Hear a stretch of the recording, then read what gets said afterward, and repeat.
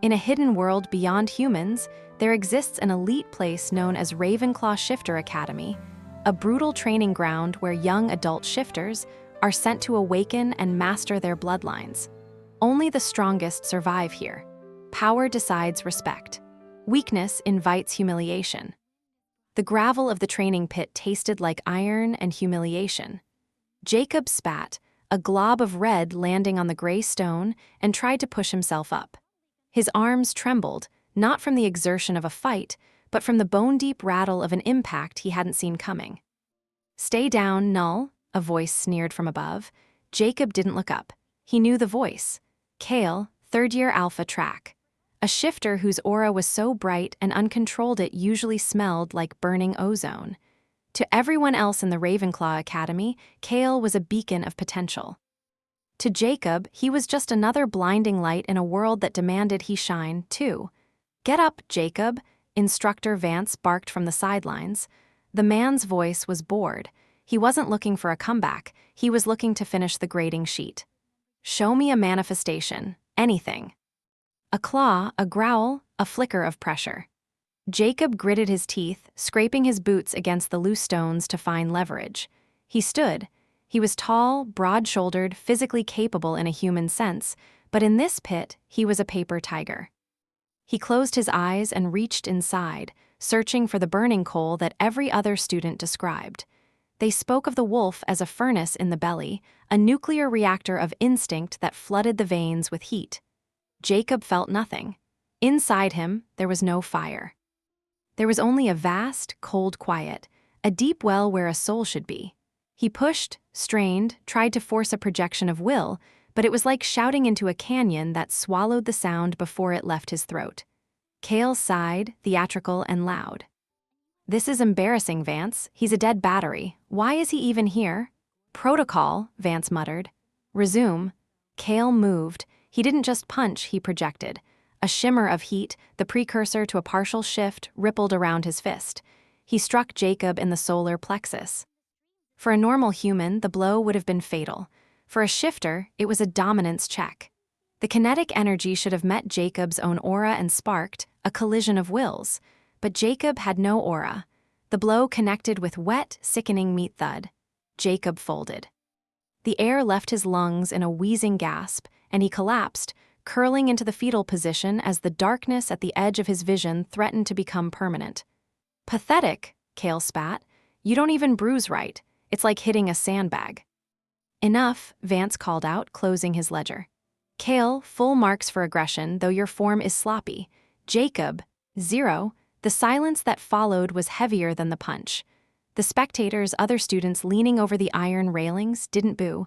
They didn't laugh. They just looked away. Jacob wasn't worth the energy of mockery. He was the Academy's mistake, a genetic error that had somehow slipped past the screening process. Rankless, the null, the void. Jacob lay on the cold stone, gasping for air that wouldn't come. He stared up at the sky. It was late afternoon, the sun beginning to dip.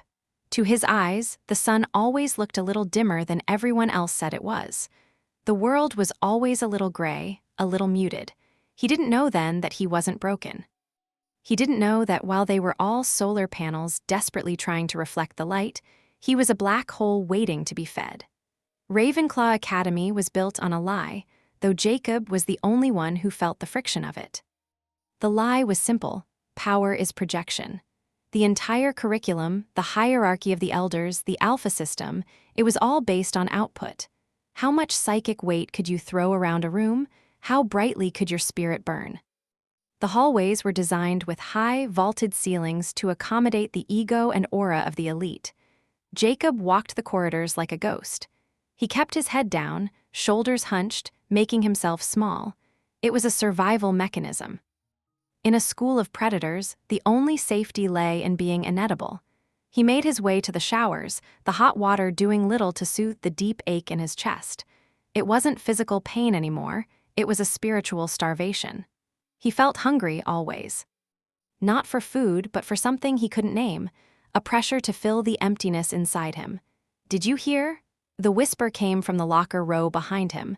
Jacob paused while buttoning his shirt. "The transfer arrives tonight, during the convergence." the moonbound heiress. Another voice, hushed and reverent. I thought that bloodline died out in the Northern Wars. Apparently not. The elders are freaking out. They say she's a pure source, walking full moon energy. They're reinforcing the assembly hall just to contain her signature. Jacob's fingers froze on his collar. Pure source. The words triggered a strange sensation in the base of his skull, a low, vibrating hum like a high-tension wire in the wind. For 19 years, Jacob had felt nothing but the cold, but at the mention of her, the cold shifted. It didn't warm up, it deepened. It became expectant. He slammed his locker shut, the metal clang echoing too loudly in the tiled room. The other students jumped, looking at him with mild annoyance as if a piece of furniture had suddenly made a noise. Easy there, Null, one muttered. Don't hurt yourself. Jacob ignored them. He walked out into the cool evening air. The campus was buzzing. The Convergence was a monthly ceremony where the pack hierarchy was solidified under the full moon, but tonight the atmosphere was brittle. The air tasted like ozone and anxiety. He looked up. The moon was rising, huge and heavy above the tree line. Usually, the sight of the full moon made shifters restless, their skin itching to burst. Jacob looked at it and felt a profound sense of loneliness. It was a spotlight shining on a stage where he had no lines. He checked his watch. The assembly was in 10 minutes. He had to go. Attendance was mandatory, even for the mistakes, especially for the mistakes. It was the elders' way of reminding them of the order of things. As he walked toward the great hall, the hum in his head grew louder. It wasn't a sound, it was a gravitational pull. The great hall was a cathedral of glass and steel, designed to let the moonlight flood the interior. Hundreds of students stood in concentric circles, arranged by rank. The alphas in the center, bathed in the direct light, the betas in the middle ring, the omegas on the fringe. And Jacob, standing in the shadows of the rear pillars, behind the omegas, the air was thick enough to choke on. Pheromones and magic swirled in a suffocating cocktail. The elders stood on the raised dais, their robes shimmering with protective wards. Even they looked nervous. Headmaster Thorne stepped forward, his voice amplified by magic. Tonight is a night of history, Thorne announced, his voice tight. We welcome a student of the ancient blood, a lineage that predates the founding of this academy. I expect absolute discipline. The massive double doors at the far end of the hall groaned. The sound of the heavy timber moving was the only noise in the room. 300 shifters held their breath. Then, she stepped through. Melissa. She didn't walk. She glided, as if the ground was merely a suggestion. She was striking, pale skin, dark hair that seemed to absorb the shadows, and eyes that burned with a terrifying, liquid silver luminosity. But it wasn't her appearance that brought the room to its knees. It was the sheer, crushing weight of her existence. She was a star walking among moths. Waves of raw, unfiltered kinetic energy rolled off her invisible ripples, distorting the air like heat over asphalt. Students near the door stumbled back, shielding their eyes. Her power wasn't aggressive, it was simply too much. It was an overflow. She was a vessel overflowing with light, drowning everything around her. Jacob watched from the shadows, and for the first time in his life, he didn't feel invisible. He felt seen. Not by her eyes, she hadn't looked at him yet, but by her energy. As the waves of her power washed over the crowd, hitting them like a physical wind, they reached the back of the room. They reached Jacob, and they didn't push him back. They poured into him. Jacob gasped, clutching his chest. The sensation was agonizing and exquisite. It was the feeling of a lungful of air after drowning for 19 years. Her power hit his void and vanished, sucked into the emptiness of his core. The hum in his head turned into a roar. The cold inside him snapped its jaws shut, latching onto her frequency. Melissa stopped halfway down the aisle. The entire hall froze. The ripple of her energy, which had been pushing everyone away, suddenly changed direction. It stopped flowing outward. It started flowing toward the back of the room, toward the shadows. Melissa turned. Her movement was sharp, predatory, and confused. The silver fire in her eyes scanned the crowd, bypassing the preening alphas, ignoring the nervous elders. She was looking for the leak. She was looking for the drain, her gaze locked onto Jacob. The moment their eyes met, the physics of the room broke. Thrum. A shockwave blasted outward from Jacob, shattering the glass of the nearest window. He fell to his knees, not from weakness, but from the sudden, terrifying weight of anchoring the room. The floorboards beneath him cracked, splintering as if a 10-ton weight had been dropped on his shoulders. "What is that?" Someone screamed. Melissa didn't speak. She looked terrified. She took a step toward him, not out of desire but out of necessity. It was magnetic. If she was the positive charge of a lightning bolt, he was the ground. "Stop her!" Elder Thorne shouted. "She's unstable." 2 senior enforcers moved to intercept her. They grabbed her arms. "Don't touches me," Melissa cried out, her voice vibrating with harmonic distortion. She flared. A pulse of blinding white light exploded from her skin, throwing the enforcers across the room like ragdolls.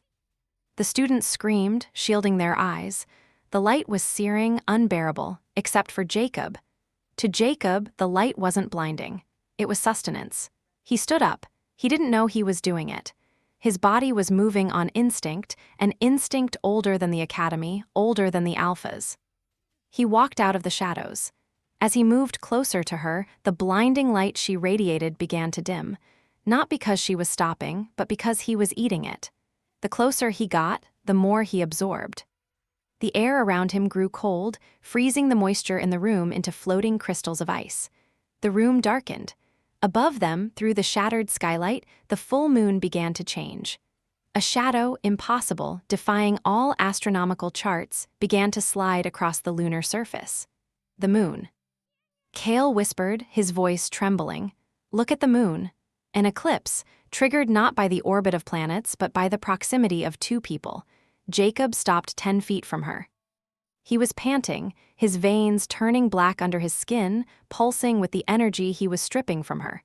Melissa looked at him, her chest heaving. The silver in her eyes was wide, trembling. For the first time since she entered, she didn't look like a goddess of destruction. She looked like a girl who had finally found a place to set down a heavy load. "You," she whispered, her voice carried across the silent, darkened hall. "You're empty?" "No," Jacob rasped. His voice sounded different, deeper, distorted, like 2 voices speaking at once. "I'm hungry." The panic set in a heartbeat later. "He's draining her," Thorne shrieked. "Kill him, he's a parasite." The order broke the trance. 3 senior alphas, including Cale, shifted. The sound of tearing clothes and cracking bones filled the air as they transformed into massive, hulking wolves. They lunged for Jacob, jaws snapping, intent on tearing the throat out of the anomaly. Jacob didn't shift, he didn't know how. But as Cale's wolf sprang through the air, claws extended toward Jacob's face, Jacob threw up a hand. He didn't use force. He used inversion. He simply pulled. He targeted the kinetic energy of Cale's leap and swallowed it. Cale didn't hit him. The wolf simply stopped. Midair. All momentum vanished instantly. Cale dropped like a stone, slamming into the floorboards with 0 forward velocity, confused and scrambling for traction. The other 2 wolves skidded to a halt, whining. Their instincts were screaming at them. Animals fear fire, but they fear the dark more. And Jacob was no longer just a student. He was a patch of living darkness in the center of the room. Shadows, thick, viscous, and oily, began to bleed out of Jacob's feet. They didn't cast on the floor, they rose up, forming tendrils that whipped around him like a defensive cage. Melissa took another step toward him. The closer she got, the darker the room became, and the more the shadows around Jacob solidified. "Don't," Jacob warned her, the word tearing out of his throat. He could feel his control slipping, if she touched him, if she actually touched him. He didn't know if he would implode or explode. "Stay back." "I can't," she said, tears streaming down her face. "It pulls." She reached out a hand, Jacob reached out his. They didn't touch, they stopped an inch apart. The air between their palms crackled, not with sparks, but with a black lightning that looked like cracks in reality. The pressure was immense. The floor beneath them pulverized into dust. The elders were shouting, casting binding spells that dissolved before they could reach the pair. The students were fleeing the hall. Jacob looked into Melissa's eyes. He saw the same terror he felt, but beneath it he saw relief. She had spent her life burning everything she touched. He had spent his life freezing in the dark. "What are we?" he asked. "Forbidden," she whispered. Then the windows blew out. The eclipse reached totality. The hall was plunged into absolute darkness, save for the black lightning arcing between their hands. In that darkness, Jacob felt something inside him finally, violently, break open. A silhouette rose behind him. Not a wolf of fur and flesh. A wolf of smoke and void, towering 12 feet high, its eyes 2 empty stars. It roared, a sound of absolute silence that rattled the teeth of everyone in the building. Jacob collapsed, his mind overwhelmed by the sudden influx of power. The last thing he saw before the darkness took him completely was Melissa falling with him, her light finally extinguished, caught in his gravity. The balance was broken, and the hunt had begun. Consciousness returned to Jacob not as a waking, but as a surfacing. He gasped, his lungs dragging in air that smelled of antiseptic and ozone. He wasn't in the gravel pit. He wasn't in the Great Hall. He was strapped to a vertical steel table in a room tiled with white porcelain.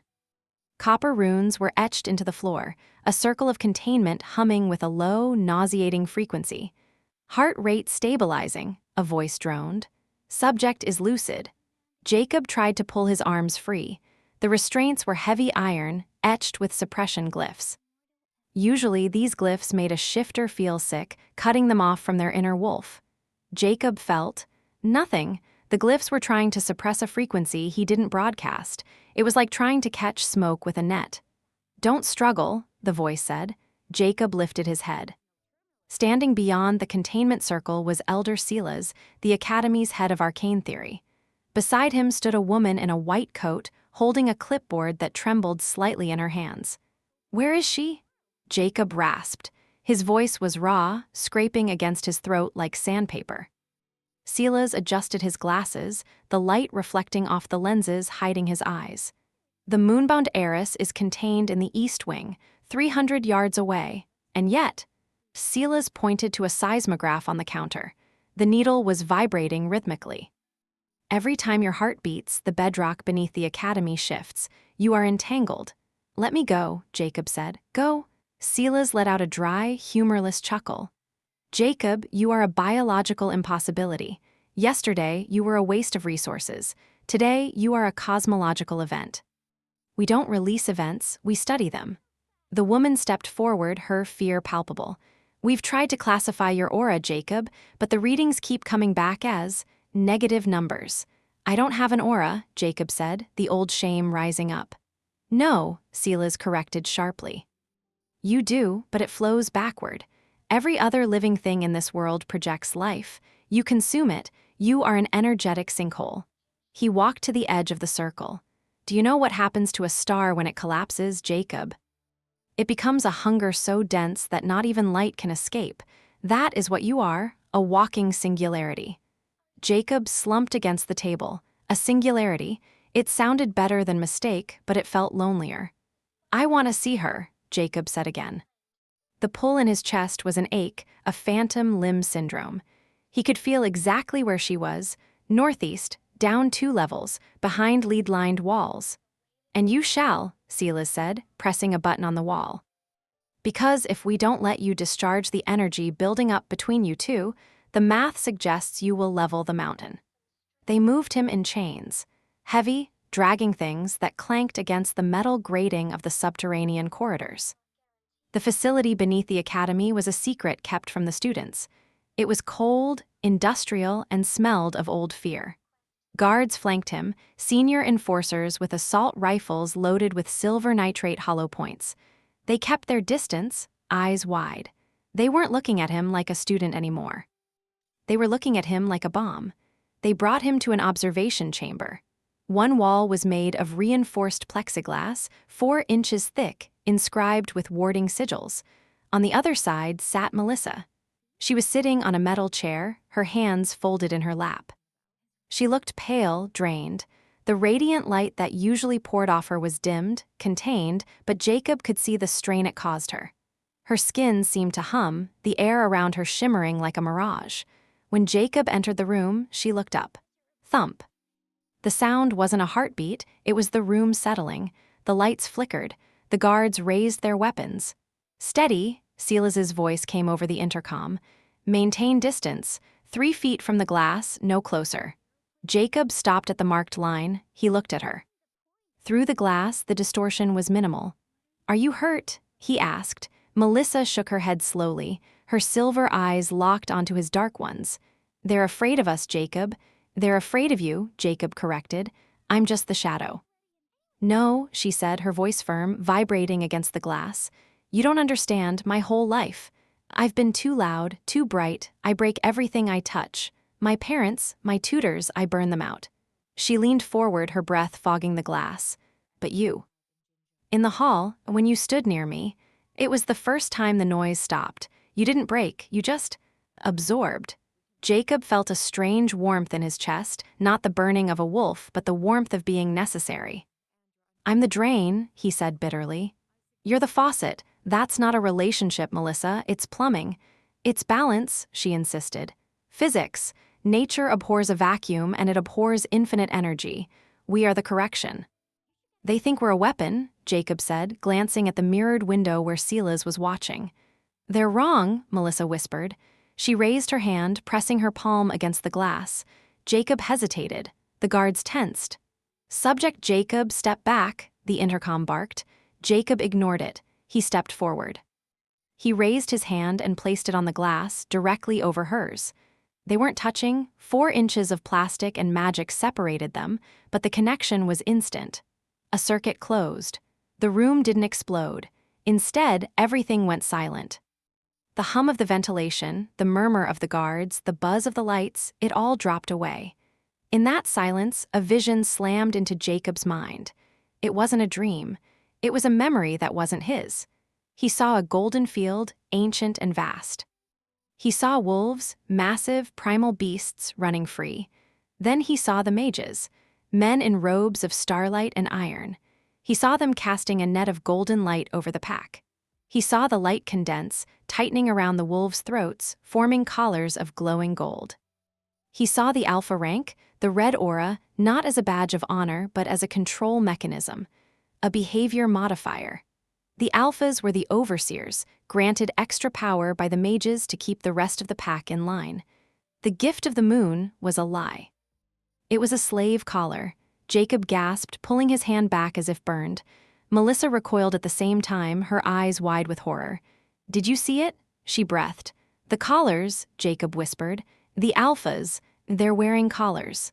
"Subject Jacob, step away." The door burst open. 4 guards rushed in, grabbing Jacob by the chains. Jacob didn't fight them. He was too reeling from the truth. The entire hierarchy of their world, the cruelty, the rankings, the dominance, it wasn't nature. It was engineered. They were livestock in a pen built by dead wizards, and the elders were just the dogs trained to herd the sheep. "We have to break it," Melissa said, her voice rising in panic as guards swarmed her side of the room too. "Jacob, we have to break the collars." "Get him out of here," Silas shouted over the intercom. "Sedate him." A needle jammed into Jacob's neck. The world tilted and blurred, but as the darkness took him, he didn't feel the old emptiness. He felt a cold, focused rage. Jacob woke up in a different cell. Darker, deeper, but he wasn't alone. "Wakey, wakey, Null." Kale was leaning against the far wall, spinning a silver coin through his fingers. The alpha student looked different, bruised, his ego dented, his arm in a sling from where he'd hit the floor in the great hall. "What are you doing here?" Jacob groaned, sitting up. The sedation hangover was brutal. "Guard duty," Kale said, though he didn't look happy about it. "Silas thinks you need a peer to keep you grounded.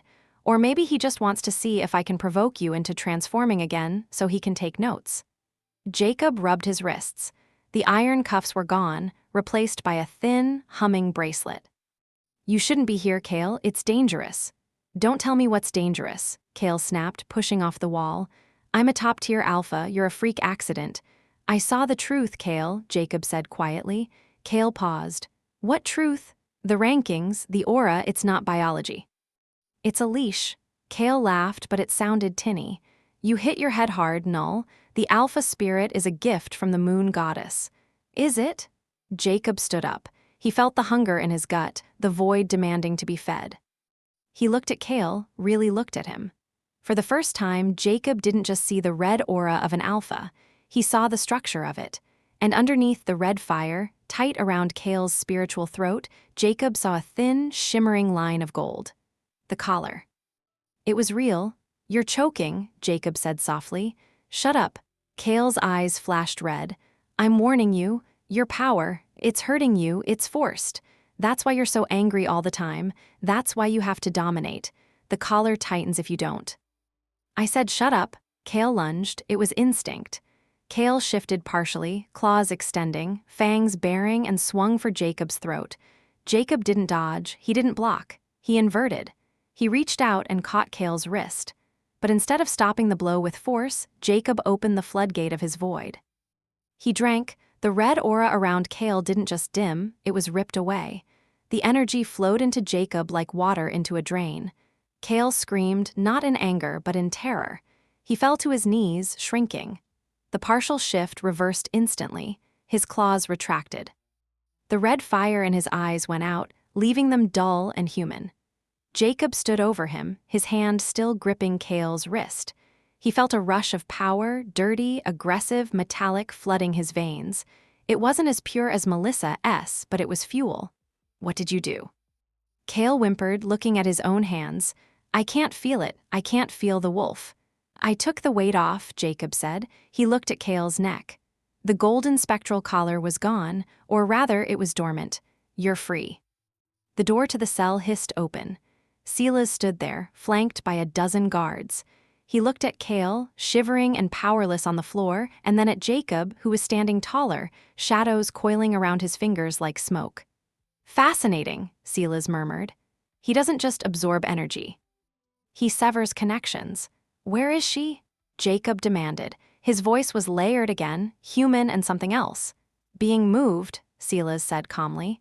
"We've decided that the risk of your proximity is too great. The moonbound heiress is being transported to the Blackwood Sanctum. You will never see her again." Jacob felt the connection in his chest snap tight. They were moving her, distance, separation. The void inside him roared. It didn't want to be alone again. "No," Jacob said. "Restrain him," Silas ordered.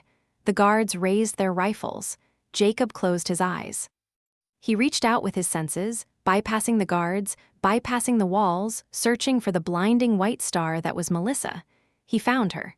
She was being dragged down a hallway 3 floors up. He could feel her panic. She was flaring, burning the guards holding her, but she was losing control. "Jacob." He heard her voice in his head, not a whisper. A scream.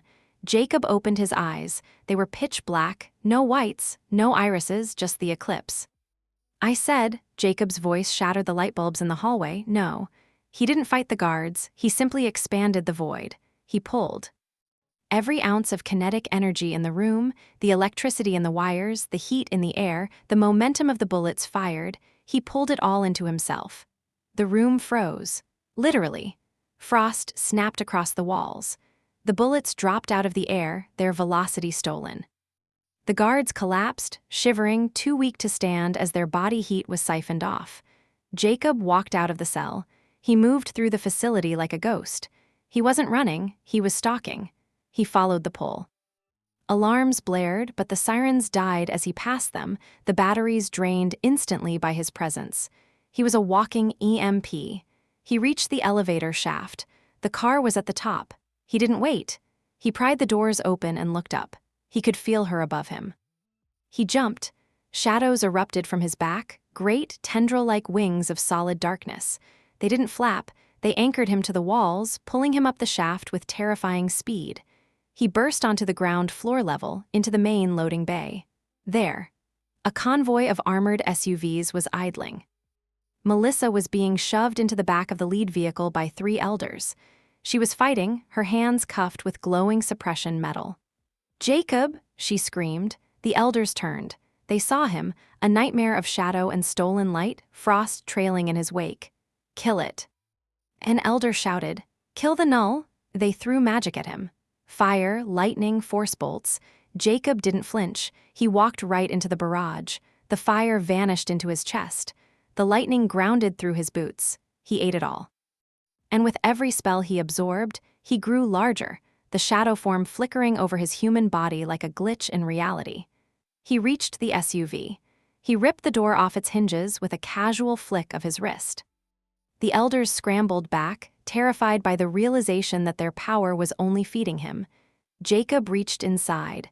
Melissa looked at him. She was crying, her skin burning hot to the touch. The suppression cuffs were melting on her wrists. "You came," she sobbed. "I can't be empty," he said, his voice distorted. "Not anymore." He grabbed the cuffs. The metal disintegrated, its magical structure unraveled by his touch. Melissa fell into him. The moment they touched, skin to skin, no glass, no barriers, the world turned white. The explosion wasn't destructive, it was reconstructive. A dome of twilight expanded from them, passing through the SUVs, the elders, the garage walls. Where the wave passed, the glamour of the academy flickered. For a second, the stone walls looked like prison bars. The elders' robes looked like butchers' aprons. And the collars around the necks of the shifters became visible to everyone. The wave stopped. Jacob and Melissa stood in the center of a crater of silence. The SUVs were disabled. The elders were on the ground, gasping, their magical reserves temporarily drained to zero. Melissa clung to Jacob. She wasn't burning anymore. Her light was cycling through him. She poured it in, he held it, stabilized it, and fed it back to her. A closed loop. A perfect circuit. For the first time, she wasn't in pain. "We have to go," Jacob whispered, his human eyes returning as he regulated the flow. "They'll call reinforcements. The council." "Where?" Melissa asked, looking at the unconscious elders. "There's nowhere safe." "The wilds," Jacob said, looking toward the heavy forest that bordered the academy grounds, the forbidden zone where feral shifters were said to roam. If the prophecy is real, if the system is a lie, then the only truth is out there. Cale stumbled out of the elevator shaft behind them. He looked at the devastation, then at his own collarless neck. He looked at Jacob with a mixture of fear and awe. "Run," Cale whispered. "They're bringing the Alpha Prime." Jacob took Melissa's hand. The touch was electric, dangerous, and undeniably right. "Let's go," he said. They turned and ran into the night, leaving the academy and the lie behind them. But as they breached the tree line, Jacob looked back. The full moon was high above.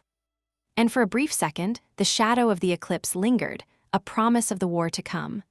The wilds were not merely a forest, they were a graveyard of sunlight. Here, the canopy was so thick that noon looked like twilight, and the moss grew deep and silent over the roots of trees that had stood since the first age. It was the only place in the world where Jacob didn't feel like an intruder. He sat on a fallen log, his breath pluming in the damp air. His shirt was torn, revealing the strange, shifting geometric bruises, fractals of darkness, that now permanently etched his skin. Opposite him, 3 feet away, sat Melissa. She was shivering, not from cold but from containment. "It's building up again," she whispered, clutching her knees. Her skin was translucent, the veins beneath glowing like filaments in an overcharged bulb. The air around her warped, smelling of ozone and singed pine needles. "I know," Jacob said. He could feel it. The pressure in the air was making his teeth ache. "If I touch you now, it's going to be violent." "If you don't," she countered, her voice tight with pain, "I'm going to detonate. I can feel my marrow cooking, Jacob." It was the curse of their polarity. She generated infinite power, he was the infinite void. Apart, she burned and he starved. Together, they stabilized, but the connection required a discipline that was tearing them apart. Every touch was a controlled explosion. "Ready?" Jacob asked, holding out his hands. Melissa nodded, tears of liquid light leaking from her eyes. She reached out, their palms met. Crack! A shockwave flattened the ferns for 30 yards in every direction. Jacob's back arched as the surge hit him. It wasn't just energy, it was emotion. He felt her terror, her exhaustion, the crushing weight of being a nuclear reactor in a glass house. He didn't flinch. He opened the gates of his soul and drank. He pulled the excess fire from her blood. He cooled her bones. He siphoned the lethal radiation until her skin turned from blinding white to a soft, human flush. In return, he gave her the only thing he had: silence. the quiet of the void, a moment of peace where the noise of the universe stopped screaming. They held the connection for a minute, panting, their foreheads touching. The ground beneath them turned to black glass from the heat. "Better?" Jacob rasped, his voice sounding like grinding stones. "Yes," she breathed, pulling back. The loss of contact was a physical wound. "We can't keep doing this, Jacob. We're fugitives. We can't hide the energy spikes. Every time we stabilize, we send up a flare." "We aren't hiding anymore," Jacob said, standing up. He looked deeper into the woods where the trees grew twisted and wrong. "We're hunting." "Hunting what?"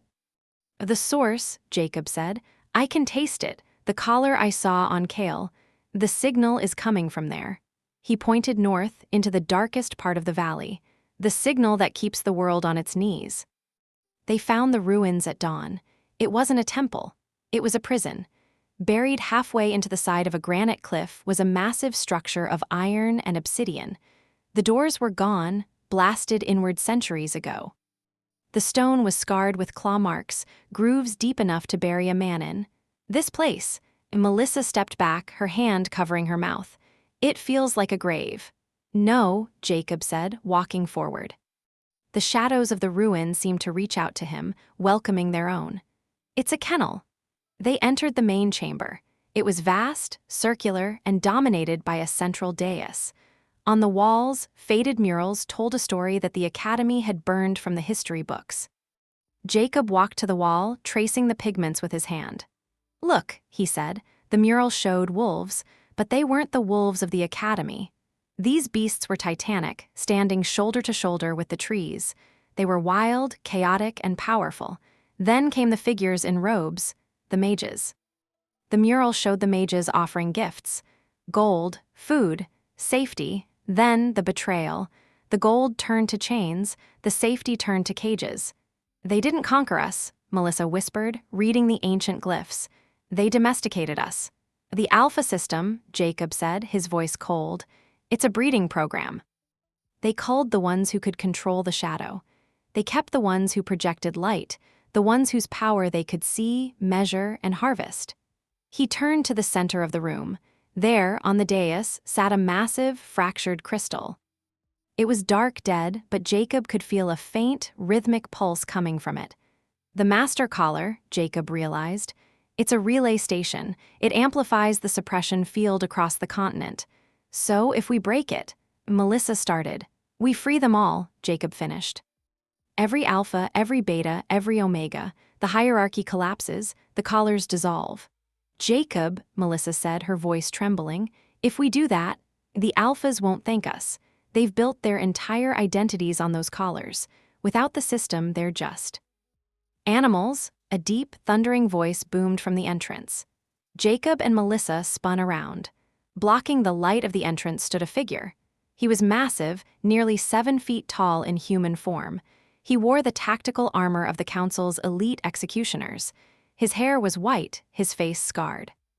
It was the Alpha Prime, Magnus, and around his neck, visible even without spiritual sight, was a tattoo of gold that pulsed with a sick, heavy light. "You found the old shame," Magnus rumbled, stepping into the chamber. Flanking him were 6 enforcers, weapons raised. "The Academy teaches that this place is a holy site, a place where the moon goddess first blessed us." "It's a lie," Jacob said, stepping in front of Melissa. "You're a slave, Magnus. You're the strongest dog in the yard, but you're still on a leash." Magnus smiled, but there was no humor in it, only a lifetime of pain. "Order requires sacrifice, boy. Without the collars, we are monsters. We would eat the world. The mages saved us from ourselves." "The mages are dead," Melissa shouted. "You're enslaving yourselves for ghosts." "And you," Magnus looked at her with hungry eyes. "The battery. The Council has plans for you, girl. We can hook you into the array. Your power could sustain the collars for another 1,000 years." He looked at Jacob. "And you, the void, you are the cancer. And I am the scalpel." Magnus didn't shift. He didn't need to. He simply released the restraint on his aura. The pressure hit them like a physical train. The air in the tomb compressed. The sheer weight of Magnus's alpha authority, artificially boosted by the master collar, was enough to crush lungs. "Kneel," Magnus commanded. The word carried a magical compulsion. The enforcers dropped to one knee. Melissa buckled, gasping, her knees hitting the stone. Jacob remained standing. His knees shook. His bones creaked. The command to submit was hammering against his skull like a sledgehammer. But a void cannot kneel. You cannot force nothingness to bow. I, Jacob gritted out, blood leaking from his nose, do not serve. Then die, Magnus roared. He shifted. It was terrifying. Magnus didn't turn into a wolf. He turned into a juggernaut. A creature of muscle and bone, 10 feet tall, covered in fur that hardened into organic armor. His roar shook dust from the ceiling. He charged. Jacob, Melissa screamed. Jacob didn't have time to think. He threw his hands up, creating a shield of shadow. Magnus hit it with the force of a falling building. Jacob was launched backward. He slammed into the central dais, the stone cracking behind him. Pain exploded in his ribs.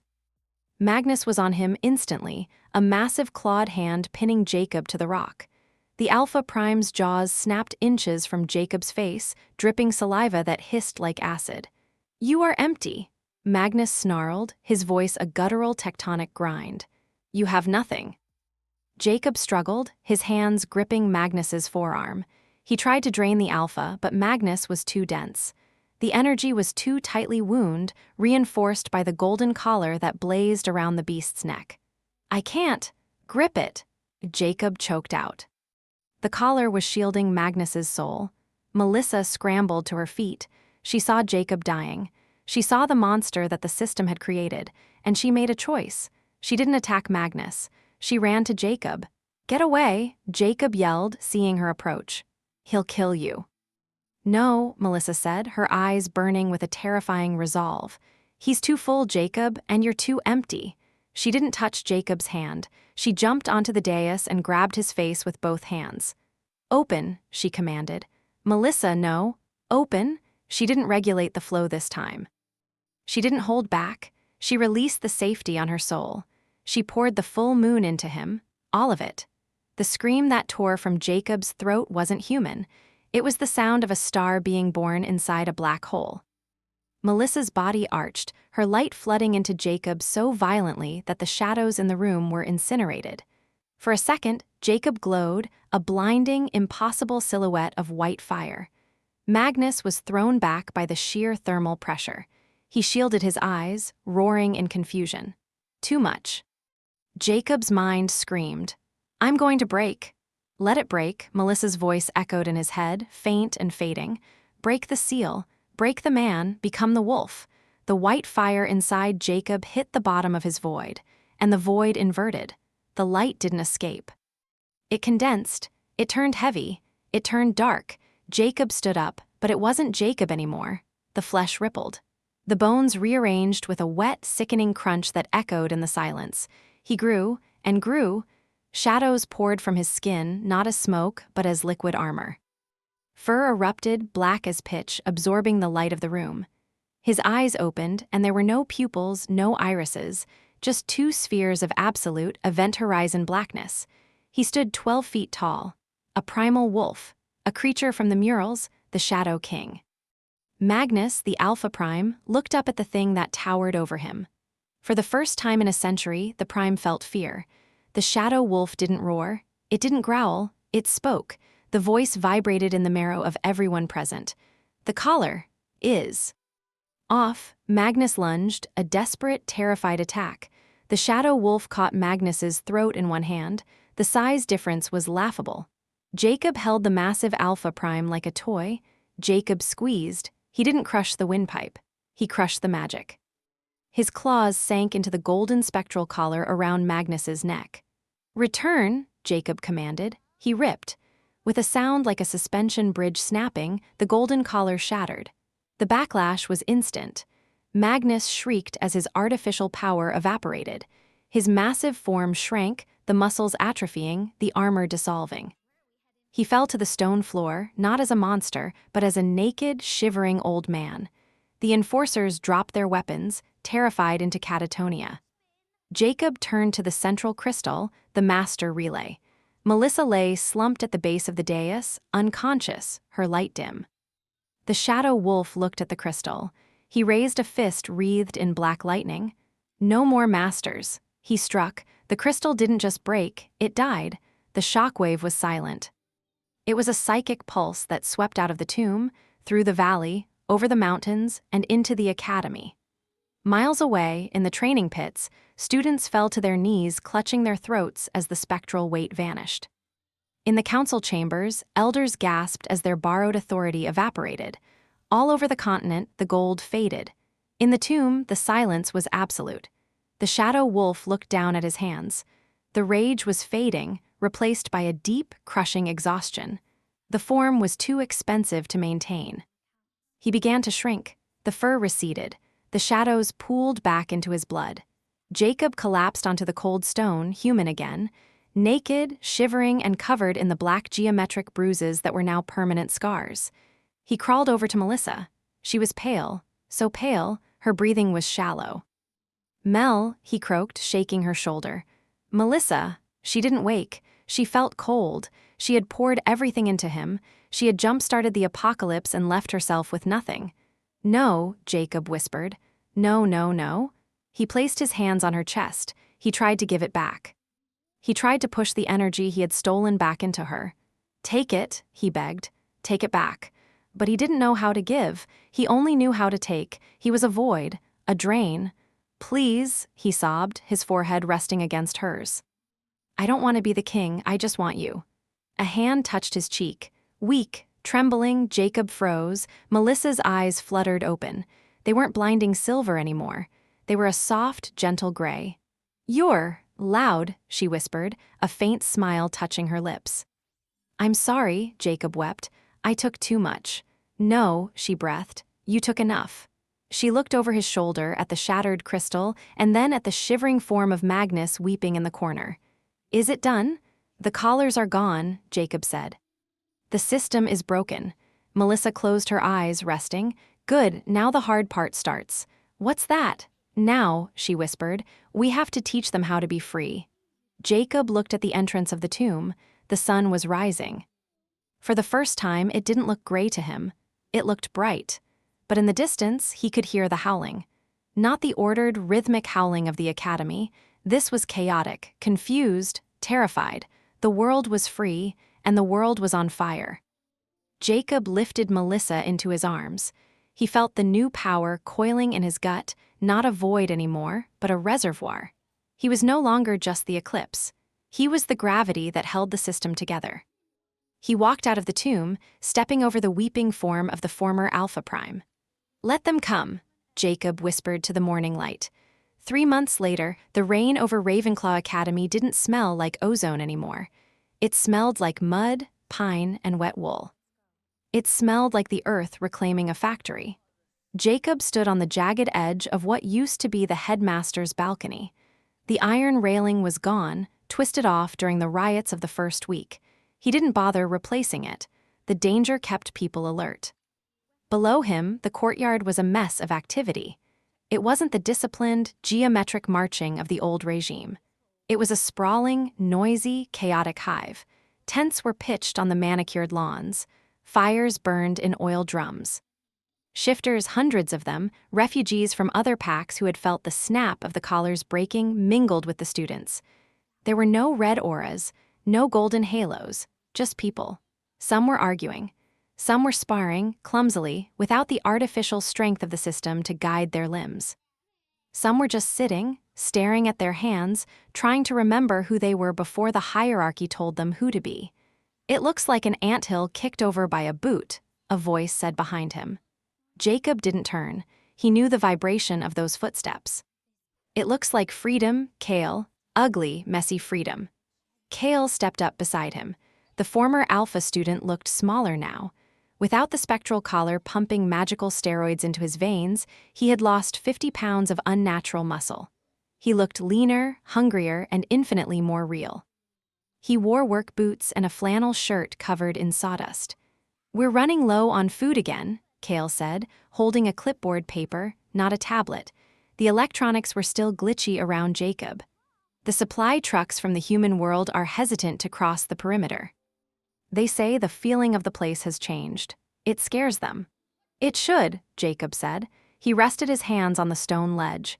His skin was no longer pale, it was etched with faint, shifting lines of darkness, like ink moving under the dermis. "We aren't a school anymore, we're a nation." "A nation of confused puppies," Kale muttered, though there was no malice in it. There was a fight in the mess hall, two wolves fighting over a chair. In the old days, they would have flashed their ranks, the lower number would have bowed, and that would be it. Today, they broke each other's noses. "Good," Jacob said softly. Kale looked at him, incredulous. "Good." "They solved it themselves," Jacob said, turning to face his former tormentor. "They didn't wait for a collar to tell them who was right. They bled for it. That's honest." Kale sighed, rubbing the back of his neck where the phantom sensation of the gold band still itched. "You're a hard king to please, Jacob." "I'm not a king," Jacob corrected, his voice dropping an octave, causing the shadows in the corners of the balcony to stretch. "I'm just the janitor. I cleaned up the mess." "Call it what you want," Kale said, turning to leave. "But they don't look at the moon anymore when they pray. They look at this tower. They look at you." Jacob walked through the halls. The silence he used to crave was gone, replaced by the thrum of hundreds of heartbeats. He moved toward the east wing, the only part of the castle that was still locked down.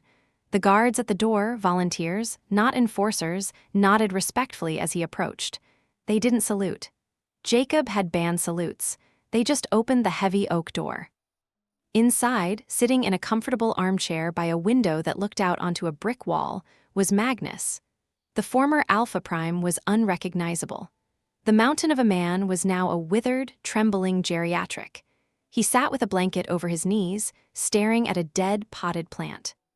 "You're late," Magnus croaked, not looking up. "I was busy," Jacob said, stepping into the room. He didn't sit. The room felt too small for his presence. Since the eclipse, Jacob's personal gravity had increased. Objects on tables tended to slide toward him if he wasn't careful. "Did you come to gloat?" Magnus asked. "Or did you come to finish it?" "Neither," Jacob said. "I brought you tea." He set a thermos on the table. Magnus laughed, a dry, rattling sound. "Tea. The Shadow King brings me Earl Grey. The irony is suffocating." He looked up, his eyes milky and roomy. "Do you know what I feel, boy? Pain?" "Silence," Magnus whispered. "For 60 years I heard the voice, the command of the mages. It told me I was strong. It told me I was righteous. It told me what to do with my hands, my rage, my life. Now, it's just quiet, it's terrifying." "That quiet is your soul, Magnus," Jacob said. "You've never met it before." "It's weak," Magnus spat. "I am weak. Without the collar, I am nothing." "You were nothing with the collar," Jacob said, his voice hard but not cruel. "You were a suit of armor with a ghost inside. Now you have a chance to be a man." "I don't want to be a man." Magnus shouted, slamming a frail fist onto the armrest. "I want to be a god again. I want them to fear me." Jacob leaned in.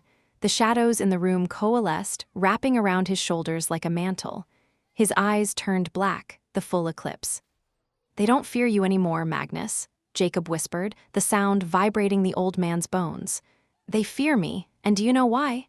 Magnus stared, paralyzed by the proximity of the void. "Because I don't ask for their fear," Jacob said, the darkness receding. "And I don't need their worship, I just need them to live." He turned to the door. "Why do you keep me alive?" Magnus called out, his voice breaking. "Why not just kill me?" Jacob paused at the threshold. "Because death is easy. Living with what you did, that's the punishment." He walked out, leaving the door unlocked. Magnus could leave any time he wanted, but Jacob knew he wouldn't. The old wolf was too afraid of a world where he was just a man. The roof of the astronomy tower was the highest point in the valley. It was the only place where the air felt thin enough to breathe. Melissa was there. She was leaning against the parapet, looking not at the sky, but at the forest below. She wore a thick wool coat, her dark hair blowing in the wind. She looked healthier now. The translucence was gone, replaced by a rosy, sun-touched complexion, but the power was still there. Jacob could feel it from the stairwell.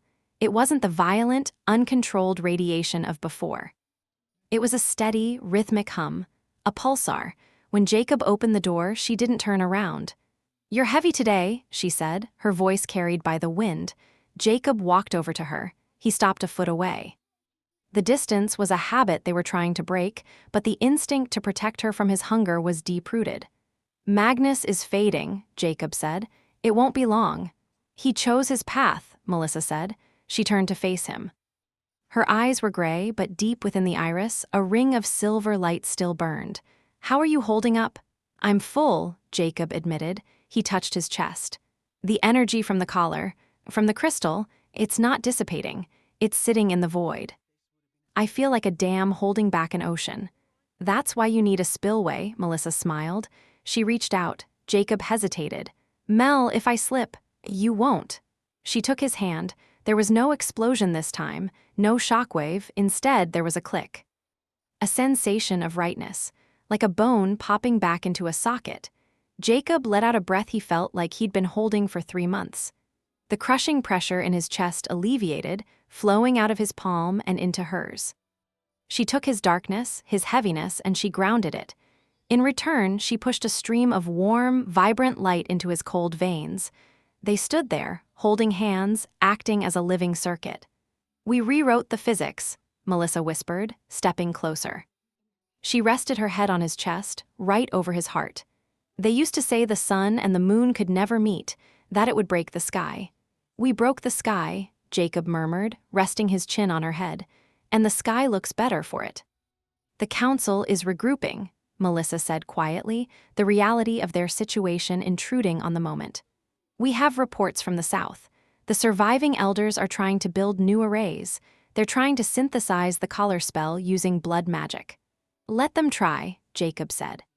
He felt the shadow wolf stir inside him, not as a master, but as a weapon he kept sheathed. We know the frequency now. We know how to break it. It's going to be a war, Jacob, a real one, not a rebellion. Jacob pulled back slightly to look at her. He traced the line of her jaw with his thumb. His touch left a faint, cool trail on her skin, contrasting with her warmth. I was the weakest thing in this world, Jacob said. I was a mistake, a zero. And I was a bomb waiting to go off, Melissa countered. Now look at us, Jacob said, looking out over the chaotic, vibrant, messy camp below. We are the balance. You are the light that reveals the truth. I am the shadow that swallows the lies. He leaned down and kissed her. It wasn't a soft kiss. It was heavy. It tasted of storm clouds and starlight. It was the meeting of two absolute forces that had decided, against all laws of nature, to coexist. When they pulled apart, the air around them was crackling with static. Ready? Jacob asked. For what? To go down there, Jacob nodded toward the courtyard. Kale says they need a leader. I think they need two. Melissa smiled, and for a second her eyes flared with that blinding, beautiful silver. Let's go make some noise. They walked down the stairs together. As they emerged into the courtyard, the noise of the camp died down. Heads turned. Arguments stopped. It wasn't fear that silenced them. It was respect. Jacob and Melissa walked through the mud, side by side. He didn't project an aura. He didn't force them to bow. He simply walked, a black hole in human shape, absorbing the anxiety and the tension of the crowd. And beside him, Melissa radiated hope. A young wolf, barely 18, the same age Jacob was when he was labeled a null, stepped into their path. He looked terrified, clutching a piece of bread. Sir? The boy stammered. Is it true that the collars are gone forever? Jacob stopped. He looked at the boy. He saw the potential in him, not defined by a number or a color, but by his own will. Jacob crouched down, bringing himself to eye level. The collars are gone, Jacob said, his voice carrying across the silent yard. But the beast is still inside you. The collar made it easy. It told you when to bite and when to heal. Now, Jacob tapped the boy's chest. Now you have to decide, you have to be your own master. That is harder, that is heavier. Jacob stood up, his shadow stretching long in the afternoon sun, merging with Melissa's light. But you are not alone. He looked at Melissa. She nodded. Jacob looked out at the hundreds of faces, the free, the frightened, the fierce. We are the eclipse, Jacob said. We do not fear the dark, we own it. A howl started at the back of the crowd. It wasn't a command, it was a response, then another, and another. Soon, the entire valley was filled with the sound. A chaotic, discordant, beautiful symphony of wolves who were finally, truly singing their own songs. Jacob closed his eyes and let the sound wash over him. The void inside him was finally perfectly full.